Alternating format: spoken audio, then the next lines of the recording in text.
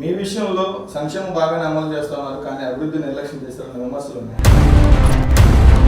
జగన్మోహన్ రెడ్డి ముఖ్యమంత్రి అయిన తర్వాత సంక్షేమం, అభివృద్ధి. ముఖ్యమంత్రి జగన్మోహన్ రెడ్డి గారు నేతలు ఎవరికి అందుబాటులో లేరన్న విమర్శలు అయితే ఆయన పైన ఉన్నాయి.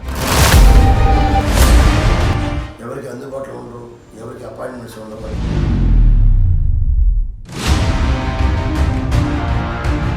సామాన్య ఉదయవానికి జిల్లాలో ఒక బ్రాండ్ ఉంది. అలాంటి వ్యక్తికి మన క్యాబినెట్ విస్తరణలో అన్యాయం జరిగింది, మీకు కూడా పార్టీ అన్యాయం చేసిందన్న భావనకి ఏమైనా గురయ్యారండి? ఎన్టీఆర్ జిల్లాలో నేనే సీనియర్ను, మొట్టమొదటి పార్టీకి అంకిత భావంతో ఉన్నాను.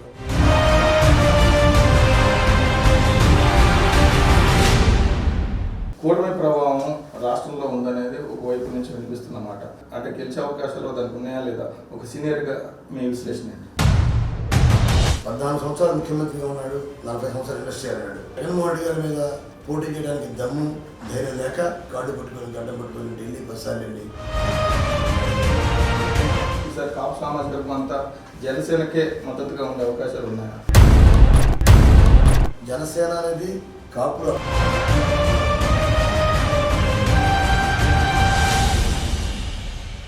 అంటే డిజిటల్ లావాదేవీలు జరగట్లేదు, అంత క్యాష్ తీసుకుంటున్నారు, ఇది డిజిటల్ లావాదేవీలు ఎందుకు జరగట్లేదు అనేది పదే పదే ప్రశ్నిస్తున్న పరిస్థితి.